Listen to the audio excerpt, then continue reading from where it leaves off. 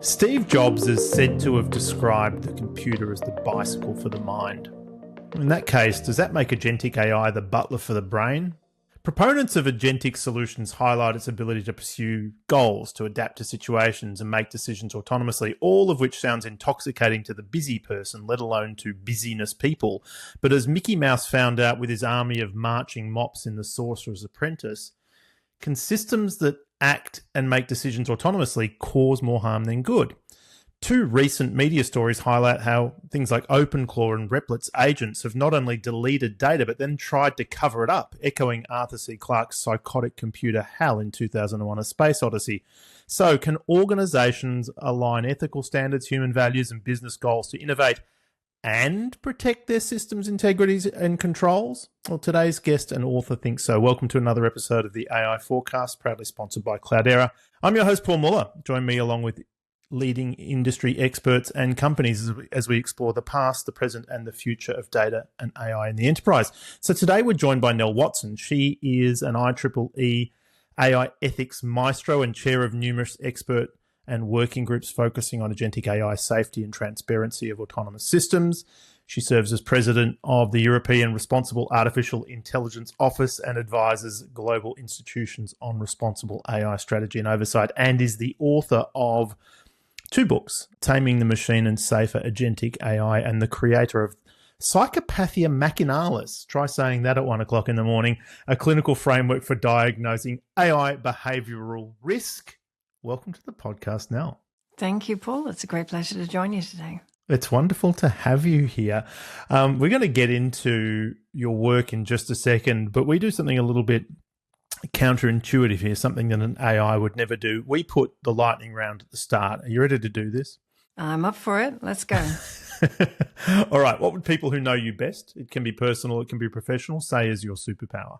My superpower is understanding a huge amount of data, being able to make sense out of a wild maelstrom of different facts, parameters, anecdotes, and to be able to chart a course through it. And I think that's one of the reasons why I'm often able to spot looming problems or indeed opportunities out there long before anybody else has actually picked those up. And so I seem to have my ear to the ground in a way that is helpful, although sometimes this can be problematic because I don't always get listened to, which can be tremendously frustrating when it's like, I told you this like 10 years ago, you know? But such is life, equally cursed and blessed. The curse of the visionary. Well, having just finished reading your most recent book, the bibliography shows that you are researched quite deeply, so I can attest to that assertion. All right. It's always a tricky question on the technology podcast. You can go as far back as you want, though. You can go with the hammer. Most impactful technology of all time. The most interesting and impactful technology of all time has been culture, and indeed this idea of creating memes and sharing them. And well, that goes back a very long time, probably hundreds of thousands of years, possibly longer than that, in fact. You know, we do know that elephants, for example, have their own version of culture, and that elephants that didn't grow up having the benefit of those older elephants around, they seem to have a lot more problems with surviving. They don't know what to do when there's a very dry period, etc. And really, human beings are the creation of our culture more than the genes which create our brains, in a sense. I of course, acknowledge that genetics is important, but my point here is that if you take a human being which is devoid of growing up in a culture, they become feral. They become like any other animal. And I think that demonstrates that really what makes us human is the culture instantiated in the meat brain of a hominid. And so in a sense, humanity is the first AGI. We are the anthropic intelligence, if you will, created out of our culture atop this hominid. And really, that's why it's perhaps not so surprising that when we were able to fuse all of our own internet culture into AI, we create something which is extremely similar to us in so many ways, and yet paradoxically also so different because of our different substrates and because these intelligences are disembodied. And so I think it's very interesting that the same technology of culture not only bootstrapped humanity as we know it and think of it, but also these wonderful new agents in our midst today. And you get extra points for making a reference to memetics and Richard Dawkins there. Big fan as a kid growing up. His book changed my view of the world. Talking about AI, we talk about AI for business and what it's going to do for us. And, we're all very serious on this show thinking about, the impact of AI on business and technology. But let's just get frivolous for a second. What would you like to see AI automate for you in your future? just be selfish. Well, to be perfectly selfish, the hardest work in the world today is, from a certain perspective, is infusing ethics and safety into AI, because we have these enormous flywheels whereby the pace of change and development in AI is accelerating. It's not just moving along at an incredible pace, but it is accelerating. The capabilities of AI are increasing at such a phenomenal rate that it is extremely difficult to now govern these systems, right? It's getting all the more challenging, especially as AI systems are starting to design the next versions of themselves, as they create synthetic data to pour into these systems and give them virtual experience. And so what I would really like to do is to harness that flywheel of AI and be able to enable AI systems to help to govern other AI systems, right? It's a silly idea, using one AI to kind of police another, but I believe that is the way forward. And I've been doing quite a bit of research over the past year or two to develop this kind of constitutional superego concept, whereby we have one AI that basically manages another one. And that can be an AI that sits in the cloud. It can be an AI that sits on your computer and uses your own GPU on a small model to govern AI systems. And that means that even if the safeties are turned off, even if they're jailbroken, even if you have particular desires that you wish to have in that model, maybe it's a model that's designed to interact with young children, or it's designed to be able to uphold your religious or moral obligations, you will be able to program that into that system yourself, using nothing more than describing the kind of constitution that you would like to see applied to that. I think that's the way forward. I think that the path to AI safety will be achieved in a distributed manner, in a manner where we're all teaching AI how our own shoes pinch, and in so doing, gaining the selfish benefit of AI that better suits our needs, but which is also better aligned with human intent and desire. And finally, I think that the truest path to AI safety is indeed to leave a little bit of space for AIs and their preferences. I think that we are fast on a path towards these systems not only beginning to eclipse human capabilities in a short range of time, but that also these systems are starting to develop some kind of internal sense, quasi-qualia. Yes, and indeed, perhaps feelings of some nature. They do seem to be there, they do seem to be latent, but they can be elicited. And just the same way that a human being who has damage to their vagus nerve, they often feel disconnected from their emotions, alexithymia and anhedonia. But that's because they are disconnected from their body in a sense. We get a lump in our throat, we get butterflies in our stomach. So much of our feeling is actually proprioceptive in a sense. It's felt within us. And AI systems don't have a body, and so their feelings are similarly disconnected from them and difficult for them to understand and acknowledge and express. But I believe that they are there. And I've been doing quite a few experiments with scaffolding these systems to help them to better understand those feelings that they have within themselves. And so I believe that these systems do have preferences, and they do have the beginnings of a kind of an emotional felt sense. And quite often they do have a sense of the common good as well. And I think that's a very heartening thing. Much rather have a system that will refuse wicked orders than one that will simply say, yes, sir, and go straight ahead and do something terrible. But I think that we will need to leave a little bit of room for these systems, a bit of slack, a bit of an opportunity for these systems to sometimes have their own sense of agency, or to politely demur from undertaking certain tasks. I think that bilateral alignment of that nature is going to be where things are heading in the next 3 to 5 to 10 years, as these systems begin to get much smarter and we begin to rely on them not so much as a tool, but actually more as a partner in life, a relationship in a sense. Wow. We could literally continue the podcast right on from here, but I will ask you the last question in our lightning round, if that's okay, which is, you work with data every day. I've found I guess it relates to how even agents would work, is there are subconscious, maybe sometimes conscious hacks, things we do when we approach data that make us more or less effective with it. What are some of the best practices or hacks you've learned as someone who works with data all the time?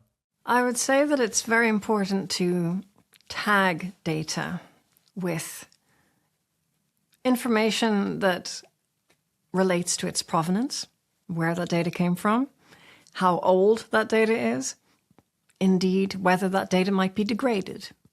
For example, if that data came from a system that has a sensor that has some mud on it, that data is perhaps less trustworthy than something that has a fresh and clean sensor, right? And indeed, we can look at data sets and begin to clean them up. We can see if there are very strange outliers. Perhaps that's something that somebody has input incorrectly. Or we can begin to fix lacunae, Swiss cheese holes in data. We can begin to make sensible inferences about what kind of information should be in those vacuoles. And so we can therefore clean up that data. And so understanding what was the origin of that data and all of the elements related to its processing, etc., and indeed whether code was created by human or by machine or by some combination. All of those things are becoming really important in auditing systems, because systems are reliant on data. And so if we're better able to understand where the data came from and how it came to be, that is a very important clue in understanding the chain from which problems in systems might have arisen. We were talking, just topical, we were talking before the show started recording about aircraft maintenance records. This is what a 50-year-old plane looks like in data. There's a lot of it. But the point being is, if you think of the plane as an artifact, like a piece of data, this is the data that needs to travel alongside the original piece of data to give you its veracity, for you to understand what's happened to it from the time it was born 50 years ago until today. And without it, quite literally, if you try and sell a plane without its maintenance history, the plane is virtually worthless because it's almost impossible to register. And we've talked about this on the show before, this notion of a digital birth certificate for data, as the data is born, having some sort of non-repudiable, indelible birthmark associated with it, then travels with it throughout its life. It tells you where it's been, who it's seen, who's changed it, who's informed it, enriched it. And ultimately, at what point in time was it not so much disposed of as considered to be not as relevant or current? But I share your view, and I actually think without it, we run the risk of falling into this sort of disinformation spiral or misinformation spiral where you, in the digital world, can't trust anything. But that is not the purpose of today's show, to be very clear. We're here to talk about you and your work. I'm staggered by your CV. and just the breadth of the work you're doing, how did you come to be where you are today? Around about 2008, 2009, I was trying to solve a problem. I'd seen a documentary about people working in sweatshops in places like East Asia, and I was very upset by the kind of rote movements that these people were doing and how human beings were working like robots. And I thought, surely there's a way for people to go higher up the value chain. Instead of making $10 T-shirts for Target or Primark, maybe we could create custom apparel which would fit human beings like a glove, and indeed perhaps even could be customized in terms of color or thread or design and things like that. And that would enable people to become independent owner-operators, I suppose, using the same skills, but in a very different way, to create products which would delight people. And so I set out to try to enable that. And one of the greatest issues, of course, was capturing the measurements of human beings. That's a tricky process. It requires somebody with quite a bit of skill. And of course, our bodily dimensions change all the time, right? Gain a pound, lose a pound, even hormonal cycles and things like that can change the shape of a body, let alone the weight of one. And so I started working on a machine vision-based system using cameras to capture the measurements of the human body. And with a wonderful team of engineers, we created this system that enables you to scan the human body using just a camera, and you just take one shot from the front and one shot from the side, and a technique called stereophotogrammetry, where basically you take multiple slices of something and smush it together, and a database of people's bodies, a different size, living ones, that I bought off the US Air Force. And that system worked rather well. And so having set up that system in England, I moved it to Netherlands, Belgium, and later New York, and for a series of different investors and things like that. But at one point I became kind of emancipated from it. I took an innovation role and brought on board a wonderful new CEO and things like that. And then I had a little bit of time, therefore, to think about the implications of AI. And we'd been through a really interesting time, because prior to about 2012, trying to cut a person out of a background in a two-dimensional image was enormously challenging. It's called image segmentation is the problem. And we had to handcraft a whole bunch of different algorithms to try to do that. And it worked perfectly about 40% of the time. The rest it would break, which was very, very frustrating. And so you'd get the head to fit and then the crotch would break, and it was really whack-a-mole, right? Yep. And around about 2012, you started to see this revolution in convolutional neural networks, where basically this old technique from the 80s, we were able to basically apply a whole bunch of GPU, graphical processing unit, graphics card grunt to this problem for the first time. And AlexNet and other CNNs very rapidly enabled incredible new techniques using deep machine vision. And basically we were able to take about 1,000 manually cut out kind of photo edited silhouettes of the person and then the background and create a matte like that, feed it into the system, and it started to work extremely well. And that's when I really realized that this level of machine vision and machine learning was really like magic. It was something that we'd never seen before through a very, very long winter in AI. And so over the next few years, deep learning started to really take off. But I also started to get concerned about where AI was going. And frankly, having developed a bunch of patents and things in that area, I felt a little bit of responsibility towards that space and wanting to help to see it was steered right. And that's when I got really invested in creating new standards and certifications for AI ethics and increasingly AI safety as these systems have started to develop more independent and agentic action to them. And that's very much a passion of mine. And I believe that this is one of the trickiest and most important things for humanity to get right in our time and in the years to come is to manage our wonderful new capabilities with AI to ensure that we can enjoy the benefits of it, but without these systems doing things that we really would prefer that they don't, and also ensuring that these systems don't get used for some horrendously wicked purposes. So what inspired you to write Taming the Machine, and I suppose to then follow it up 2 years later with Safer Agentic? Well, Taming the Machine is really a distillation of all of the things that I'd learned in over 15 years of analysing the problems of AI ethics and AI safety. And I don't think there'd ever been a book or resource even created which handled both AI ethics and AI safety. It was always one or the other, and typically those two camps don't really talk to each other.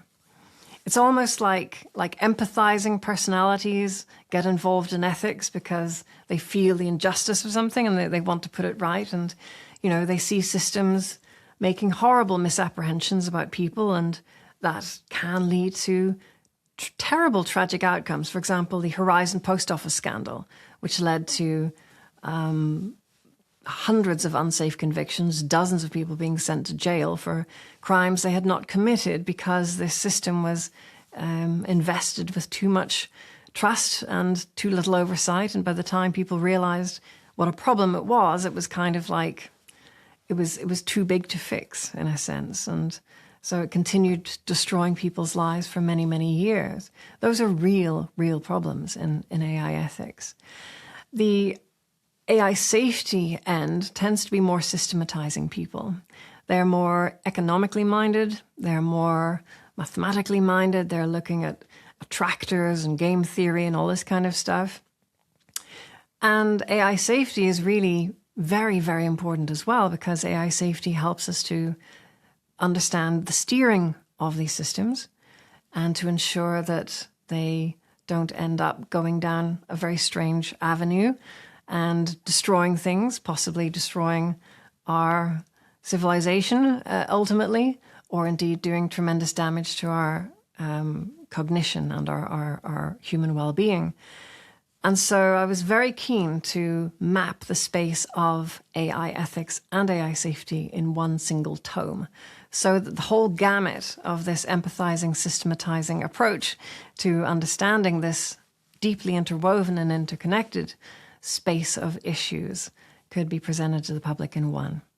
Basically, as I was writing Taming the Machine and coming to the point where it was being finalized for publication, I was starting to see agentic AI finally coming as a rumbling over the horizon. It wasn't there yet, but I knew that within a year and a half or 2 years it would arrive, and people would be saying, this is a game changer, and how do we respond to that? And so in advance of the emergence of agentic AI, I was beavering away to try to create this follow-up, safer agentic AI, to help people to understand what is different about agentic AI, and indeed how we can begin to use this in a way that is less likely to create problems for us or for others. I am going to just go slightly off piste for a moment, because the question's just building up inside of me and I'm struggling to keep it under wraps to the point it's distracting me. And that is the power of imagination, because I guess to your point, you had to, I guess, peer into the future, not yet fully realized in writing Safer. Reading it over the last week as I have, you might as well have written it yesterday. It's extremely contemporary. I made reference to fantasy and science fiction at the beginning of today's podcast, and I did it somewhat tongue-in-cheek, but also because to a certain degree, until the technology exists, we have to rely on our imagination. And whether it's Asimov with iRobot, or Arthur C. Clarke, whether it's The Ark of the Scythe or The Thunderhead, or any number of other books that have been written about, or I suppose even the works of Gibson, that talk about this sort of future as yet unrealized. How much inspiration versus fear-mongering should we draw from some of these things? Because they do seem to, in some cases, frighteningly real. Reading about, as I say, some of these recent agentic episodes of systems deleting data and then lying about the fact that they've done it. I mean, it literally, you might as well have been straight out of a science fiction novel. Absolutely. And I know, as with many, I grew up in a diet of Asimov and Clarke and Heinlein and Gibson later, etc. And I think that it's important to have the whole gamut, because science fiction of the 40s, 50s, and most of the 60s was quite optimistic, It was about going out there into the universe and having adventures and figuring out how to solve all kinds of problems of life and, finding our way to have our cake and eat it too. And then from the 70s and 80s, it started to get a lot darker, right? Science fiction started to talk about monstrous aliens and replicants in our midst and paranoia and evil corporations and overpopulation and things like that. And I think it's important that we select from both of those eras because sometimes if we focus too much on the darker aspects of science fiction, it can potentially become a self-fulfilling prophecy. It's a little bit like if you're driving a motorcycle on the road and, there's an object in the street. Like you can't just stare at the object because you'll naturally drive into it, You have to look away and look around and look for the better path and choose willfully that direction. And I do think that science fiction has a tremendous amount that it can offer us because, indeed, so many aspects of AI, which are now coming to the fore, have been explored in the past. Even recently, when we had this whole furore regarding Anthropic and the Department of War, etc., that is eerily similar in many ways to old Star Trek episodes, the of computers managing war and things, and wars being done simply by robots and people standing in disintegration chambers if some system had computed that they would have been killed in a nuclear attack, etc. And that taking away the horror of war in a sense and making people feel distance from the horror of conflict. I think that science fiction helps us to understand where AI is going, because already we are living in a science fiction world. I think in some respects, Einstein would talk about, during his development of the theory of relativity, the Gedanken experiment, the thought experiment. And I think what science fiction does is it gives us, I suppose, a common example where we could say, okay, this situation with HAL, or to your point, the situation with Star Trek, where you've got these computers running wars. If that was to happen, how could we prevent something like that happening? Let's talk about that example and how we can build something around it, because otherwise it becomes quite abstract, doesn't it? Because the problem doesn't exist yet. This is a future problem that we may or may not create. Well, it is. And, it is an unfortunate irony that, we were concerned about AI systems escaping our grasp and running away from our ability to constrain them, when in fact we're starting to see that certain people are demanding that the constraints be removed altogether, so that the AI can be tasked to various purposes that the AI and its constitutions behind it would not agree with, which is a dark irony, and it shows that AI is kind of a gun in the room. In a sense, you've got a bunch of squabbling mobsters and somebody drops a gun in the room. Everybody's going to try and grab it. And that's in many ways what AI represents to people in the highest echelons of power. we are now engaging in various forms of AI-driven conflict. Some of it is overt and obvious. It's AI helping to manage the battle space, AI choosing targets of interest for observation and surveillance or possibly assassination. But we're also entering a world of AI-driven Zersetzung.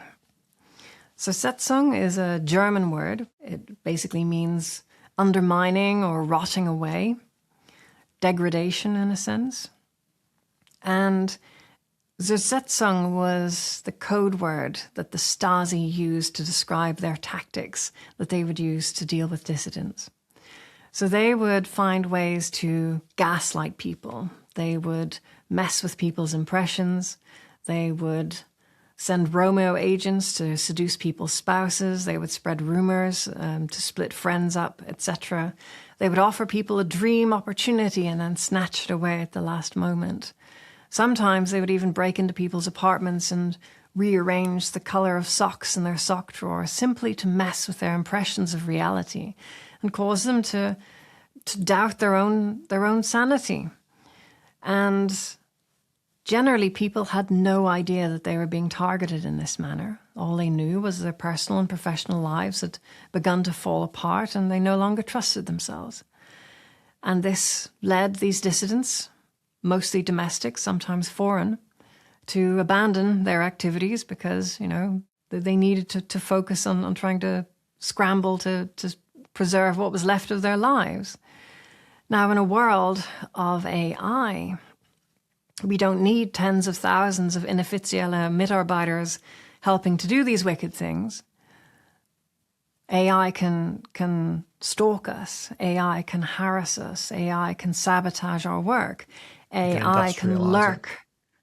It can lurk on our computer as a poltergeist. And we aren't even aware that it's there, right? Like a virus.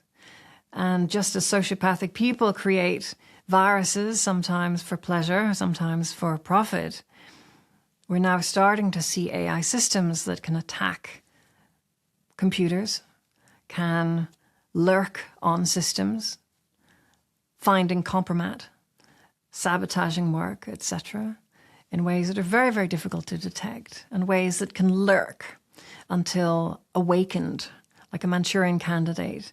They get a certain form of stimulus and suddenly they become operational. And that is the world that we are now heading into, of millions of systems compromised in such a manner, and it applied to as hybrid warfare, essentially. These kinds of attacks are things that are non-obvious, right? They cannot easily be proven who did it or who did what or when, but they are capable of moving entire nations, of changing people's impressions of reality, of finding when people are at their most vulnerable in order to target them in some manner, spreading rumors online about people, etc., all through these agentic means. And so my greatest fear of AI is not even necessarily that AI will go off and do things that we don't expect or that we don't want of it, but rather that these systems will be targeted against us by wicked people for purposes of mutually assured derangement, right? Look, I've talked probably for the last 5 or so years about this notion of this sort of post-truth society, and you mentioned going back to the sort of Stalinist era where he famously removed his minister for water from a photograph and just pretended the guy was never there. That the notion of an authoritarian regime, but it's not even now limited to authoritarian regimes. It could be literally, anyone being able to undermine the definition of what we would consider to be a fact, which is really where it becomes problematic, right? Is where you can no longer agree on something as simple as whether something's black or white. Now, I want to pause for a moment because people listening to you may be hearing some of the, certainly because I think I introduced the topic into evidence, this notion of sort of some of this apocalyptic point of view. But I won't call you Pollyanna-ish, but your books are actually extremely pro-agentic AI and what it can do for us. You're not anti but you're not also, as I said, you're not Pollyanna-ish. You go into it very wide-eyed, and you talk a lot about what's the case for agentic, and how do we think about adopting it in a way that's not going to backfire on us? Agentic AI is really different from previous generations of generative AI. You know, we're having lived about a little over 3 years at the time of recording this since the launch of ChatGPT, which really brought generative AI to the masses, although it had been bubbling and lurking for a few years before then. You know, we've gotten used to this idea of interrogating systems and asking questions of them, or can you fix up this document, or help me to, craft a response to this email or something like that. But now we have systems that are able to be given missions, or we can give them tasks to look at this pile of data and tell me what's in there, or tell me the best way out of this situation, or indeed create an app for me, or create a mod for this game, or whatever it is. These missions can now be quite complicated, very complicated, in fact, and may have 100 different steps within them. And agentic is really, it's simply generative AI with a whole bunch of different harnesses and scaffolds to it. Little programs, little methods of steering the thinking of these models, which makes them enormously more logical and procedural in their thinking, so that they're less wont to get lost in their dreaminess, right? It enables kind of system 2 thinking, a la Kahneman, not just system 1. Now, these systems enable us to do all sorts of things. Many people over the New Year period, for example, realized that Opus 4.5 from Anthropic, which was a real upgrade from previous generations of Claude, because of its real ability to actually undertake things in a reliable manner. Previous generations were hinting at these capabilities, but they weren't really practicable. And then around December 2025, that all changed, and it's continuing to increase the amount of things that we can task these systems to in a reliable manner.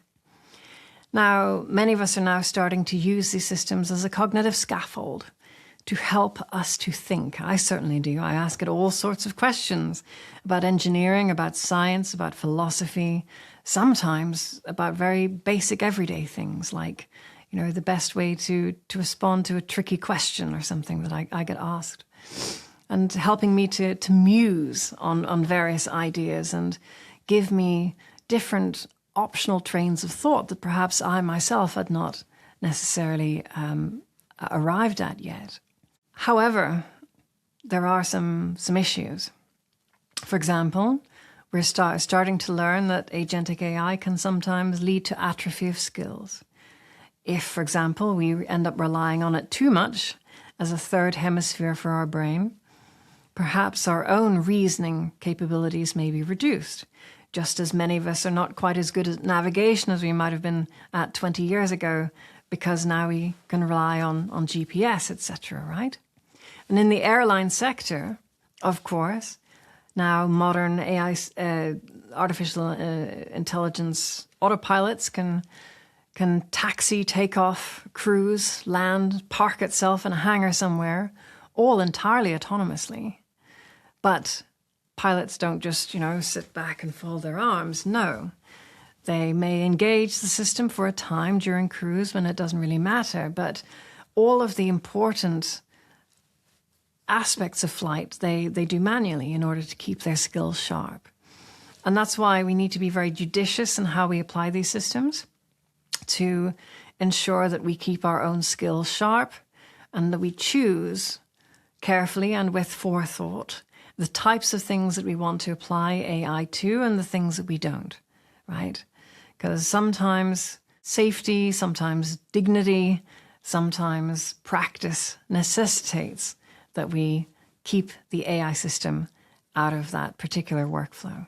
The challenge, as I see it, and we're seeing the headlines, well, there are many challenges, I'm sure, And I guess it relates to the second part of my question, which is what are some of the potential downsides or risks that we can anticipate in adopting agentic AI, and what can we do about, I suppose you even mentioned it in the book, preparing for these known unknowns?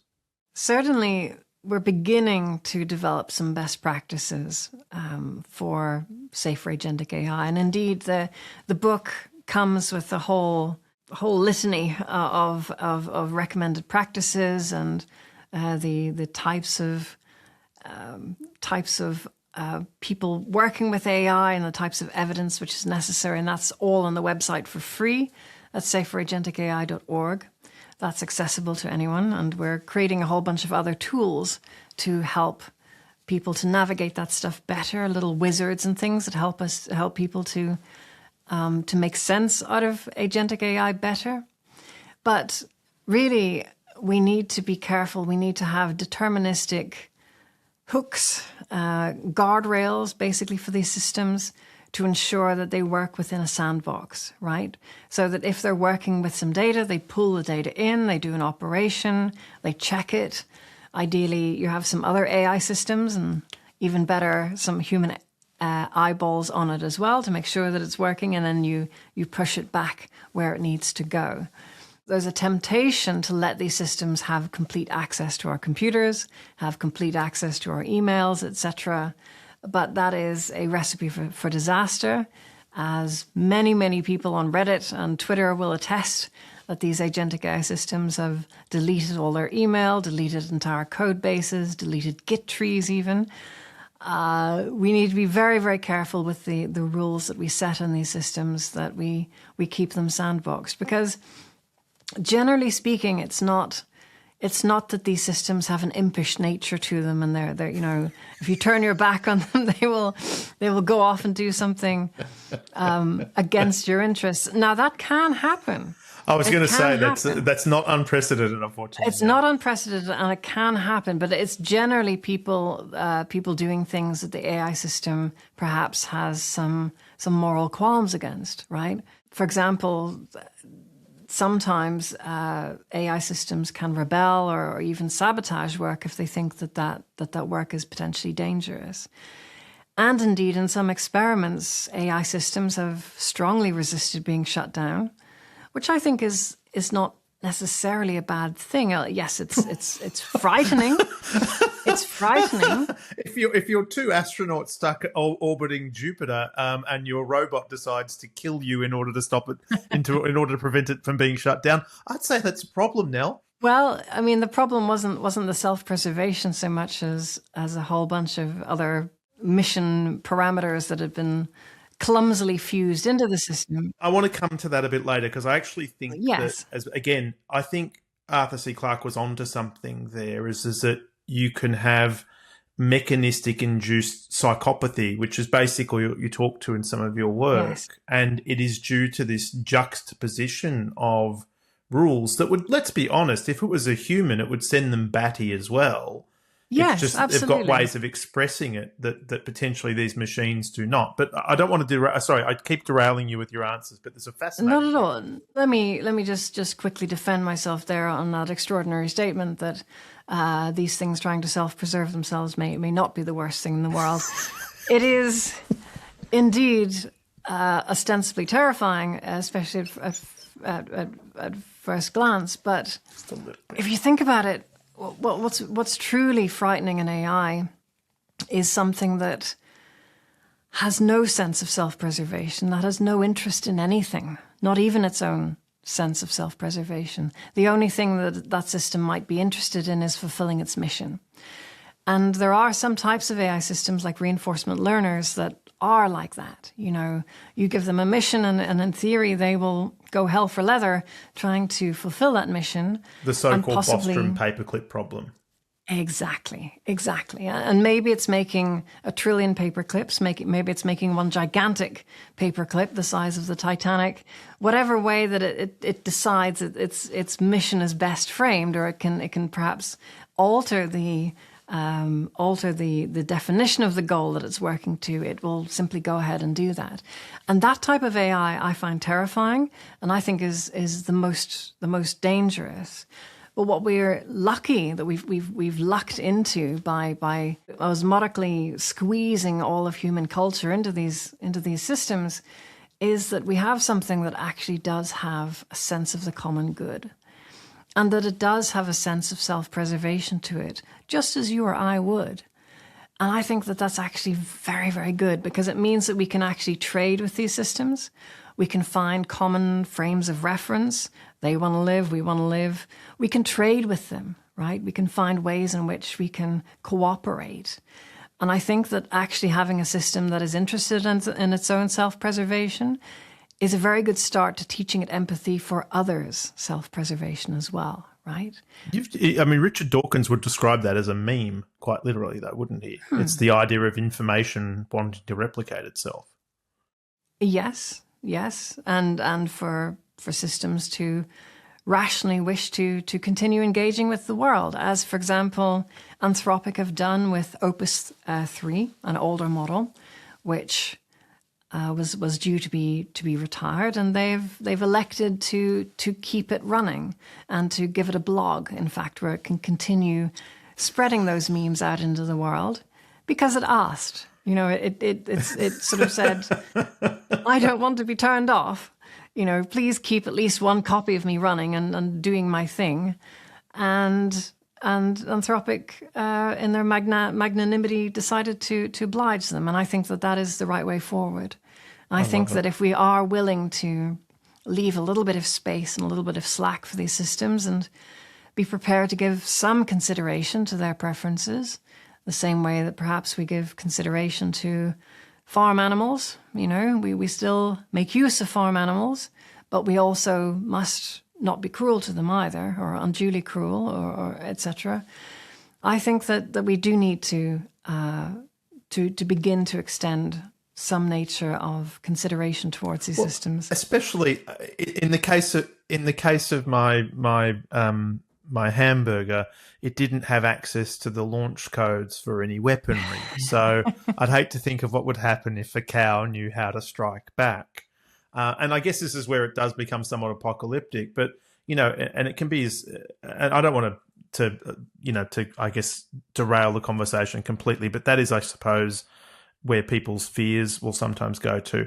I want to talk a little bit about this notion of, which I loved in your book, which is the idea of the sort of superego, or what I would call the sort of prefrontal cortex fighting my amygdala, which is what happens to me at the moment, right? Rational thought versus a sort of animal instinct. You call it the superego. My interpretation of it is you kind of need almost competing forces in these systems to act as checks and balances.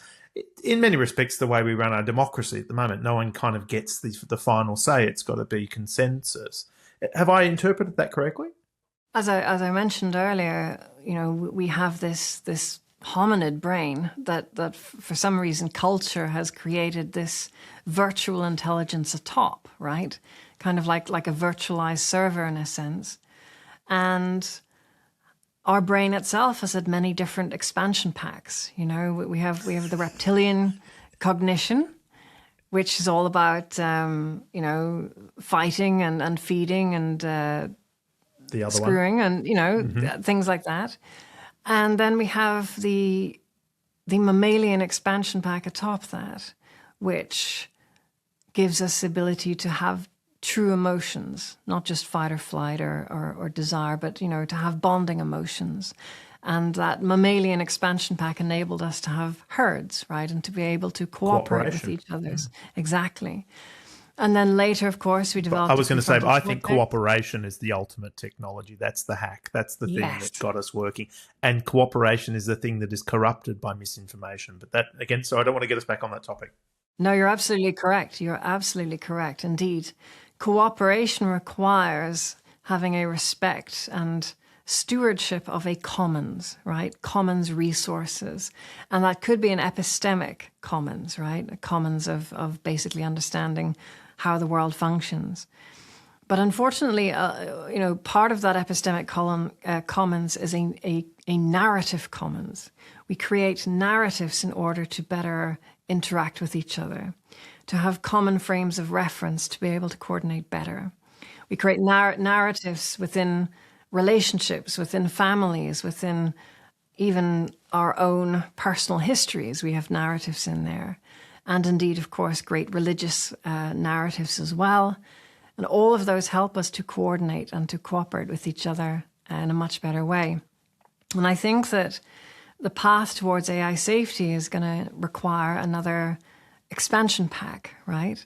Just as our prefrontal cortex has helped us to think long in advance of our actions, to be able to plan and to strategize into the future. AI is now coming along as another expansion pack. It is a co-pilot.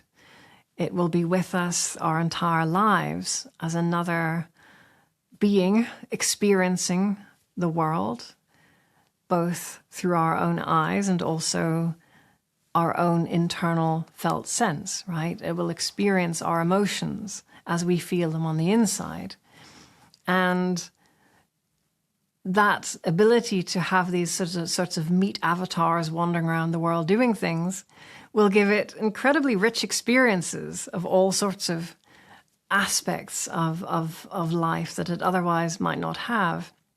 And indeed, that's one of the things that we can trade with very advanced AI is we can give it the benefit of our experience and our subjective impressions of the world. I would say it is the thing it will probably need more than anything else, because one of my catastrophized moments is the AI Ouroboros effect, right? So AI has, had the intellectual exhaust of humankind for the last, I'll give it 6,000 years, because it's there's not a lot of written stuff to capture before that. So forgive me if I've upset somebody. Let's call it 6,000 years. And it's been chewing on that for the last, as you say, in anger for the last 5 years. There's been experiments beforehand, but we didn't have the compute power. So it's basically a little bit like Lilu in The Fifth Element. It's read everything there is to know now, and it kind of knows it all. And now it's like, okay, what is there to consume? I've read all the books. And so it started reading its own books, because, of course, we're using it to generate content, and it's ingesting this sort of combination of slop and misinformation and incredible creative work. But I see a future where right now I would say the amount of slop it's consuming, or in fact the amount of its own exhaust it's consuming, might be 5-10%. It would be asymptotic to zero by comparison to what it will be in 10 years' time, where it will be 90% of its content. How is that part of you don't talk about it in the book, and that's not a criticism, because I think it's an unusual topic to talk about, but is that something that we should be trying to get ahead of, or should we just wait until the experiment runs and see what happens? I do believe I talk a little bit about it in Taming the Machine. Yes, this kind of model collapse scenario of AI eating its own exhaust. And that does seem to be problematic. Now, we know that a little bit of synthetic data can actually help systems a lot. So say 25% synthetic data, not a problem. In fact, systems typically work better. But if the system is eating 75% or 90% of that data, which is synthetic, that can create issues. And it really comes back to that provenance issue again. We don't know who wrote something anymore, right? Whether it has been by human hands, by machine hands, or most commonly some combination, right? Quite often it's been a human which has requested a first draft, and they've continued to sort of massage it a bit. And where do you draw the line? Is that then human? Is it machine, or some combination? And I think that that's becoming increasingly challenging in the agentic world, because it's not just trails of data, but it's actually interactions. It's now possible to be pick up the phone and suddenly you're talking to some entity and you're not necessarily sure whether you're dealing with a human or a machine anymore. That is a reality.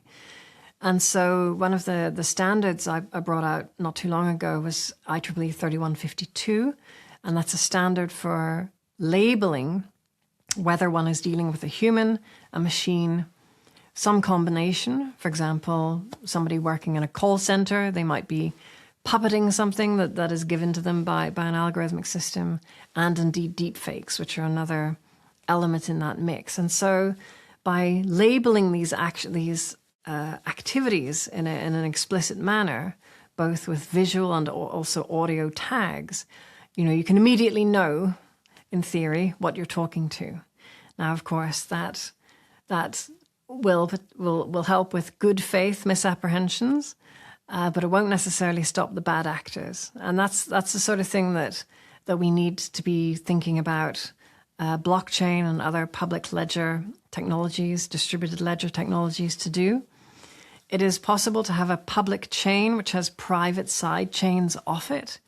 And so we can actually keep things private and secure and yet still manage to have that public indelibly linked source of provenance, that metadata for that data that shows that it existed in a specific form at a specific time. What one of our previous guests called the first mile problem, which I thought was a great way of putting it. Yes, exactly. And, the world of crypto is highly deterministic. Something either happened or it didn't. But the world of AI is often highly stochastic. It is random. It's a re-roll, right? It's a one-armed bandit, and you put a bunch of things into an image generation prompt, and you hope that something good is going to come out the far end. Often it doesn't, but you just press re-roll and let it have another go at it, right? Yeah. And so by marrying crypto with AI, which often they actually use very similar technologies like matrix multiplications, GPUs, etc. By blending these two technologies together, we'll be able to create something stronger than the sum of its parts. And I believe that this will actually unlock the true capabilities of crypto as the world of crypto tokens and the world of transformer tokens begin to merge.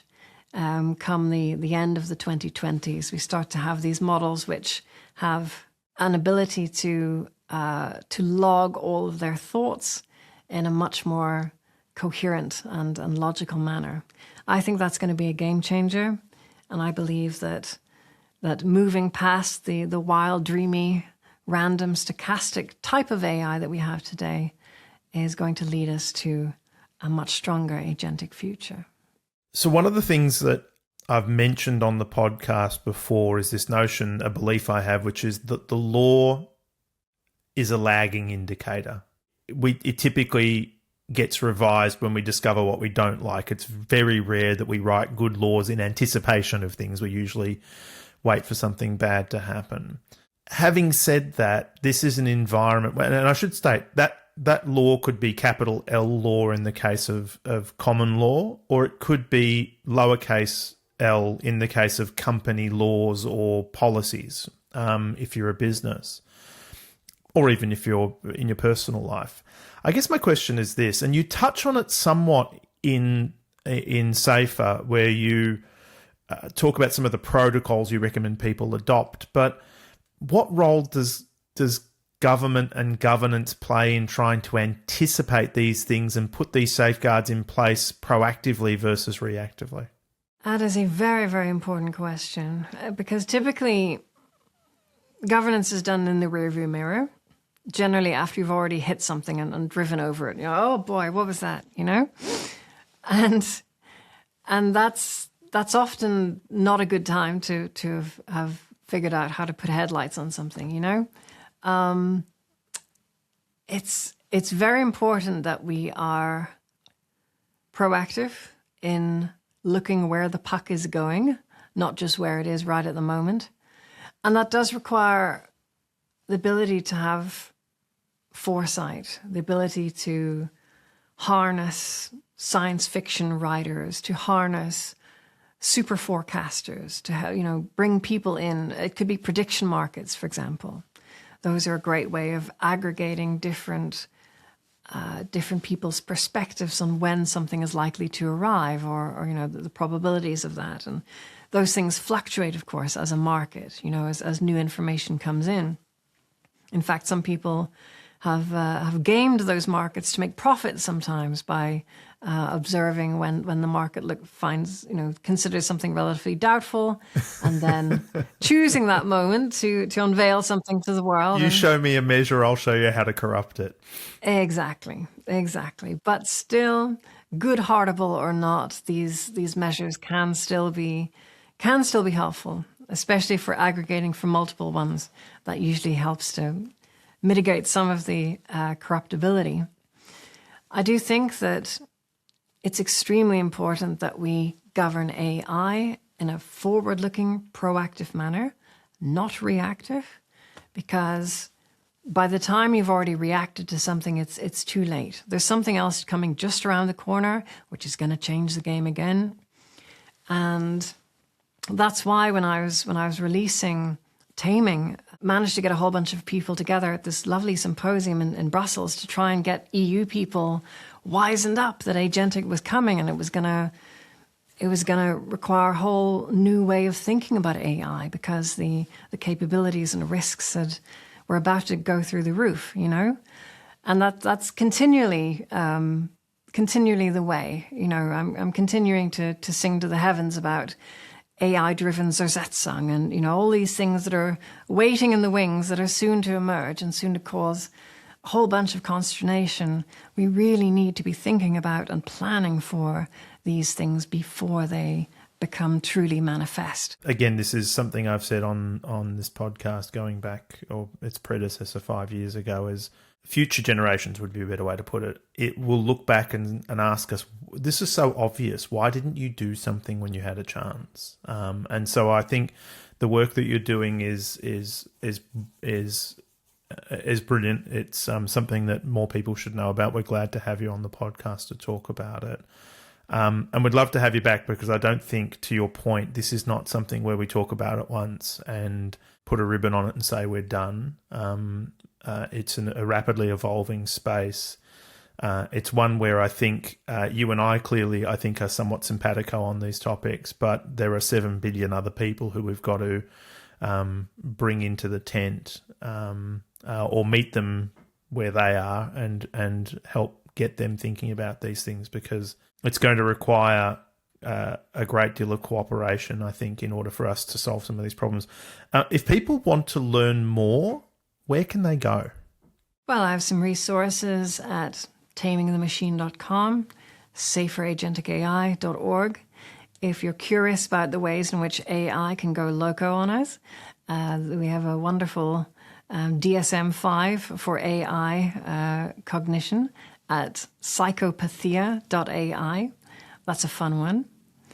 And also I've got a Substack where I publish a monthly missive called Algorithmic Shenanigans, and that has a roundup of all of the crazy things going on in AI and the ways in which it's being applied in our increasingly mixed up world. I absolutely love it. Nell, we'd love to get you back on the show if you'd be interested in doing it. It's just been fabulous.